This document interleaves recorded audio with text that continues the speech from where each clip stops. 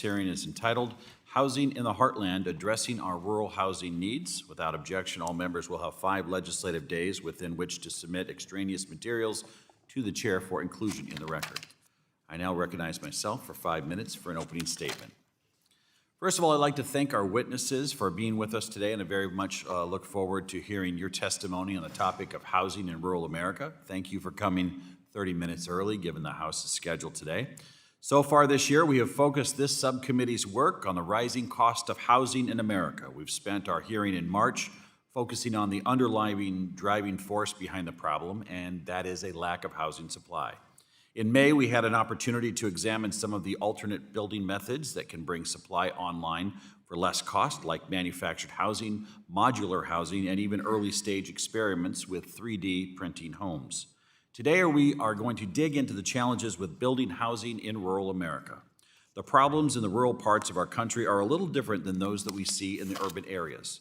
While a rural area may have lower land costs, the logistics associated with getting homes built in rural areas can introduce some unique challenges that drive up costs, such as it's more expensive to transport building materials to a remote part of the country. Longer supply chain means more cost, and those costs are often passed down to the home buyer or the renter.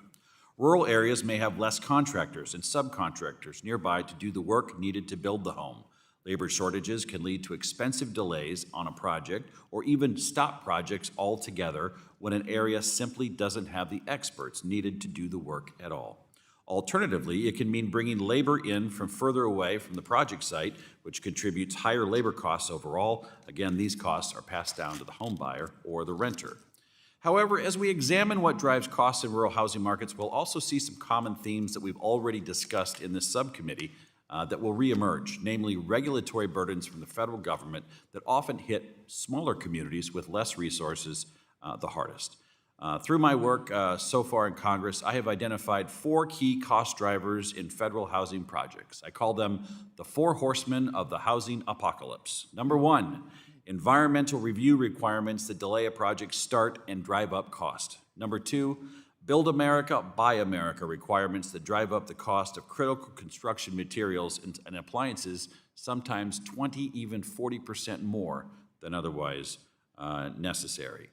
Davis-Bacon requirements that, from what I've heard, are much more costly due to the associated reporting requirements than they are for the actual cost of paying prevailing wages.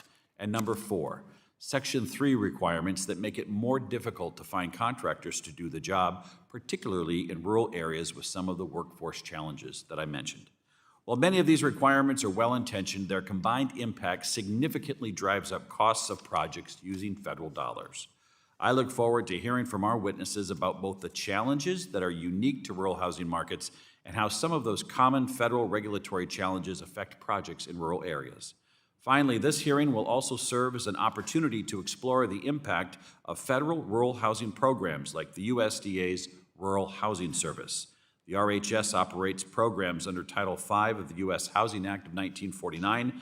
The Section 515 program provides affordable housing, rental housing for low-income families, the elderly, and people with disabilities. The Section 538 program provides financing to increase the supply of rural housing for low and moderate income people, and the Section 502 program that makes direct loans to low-income borrowers to rehabilitate or purchase a primary residence.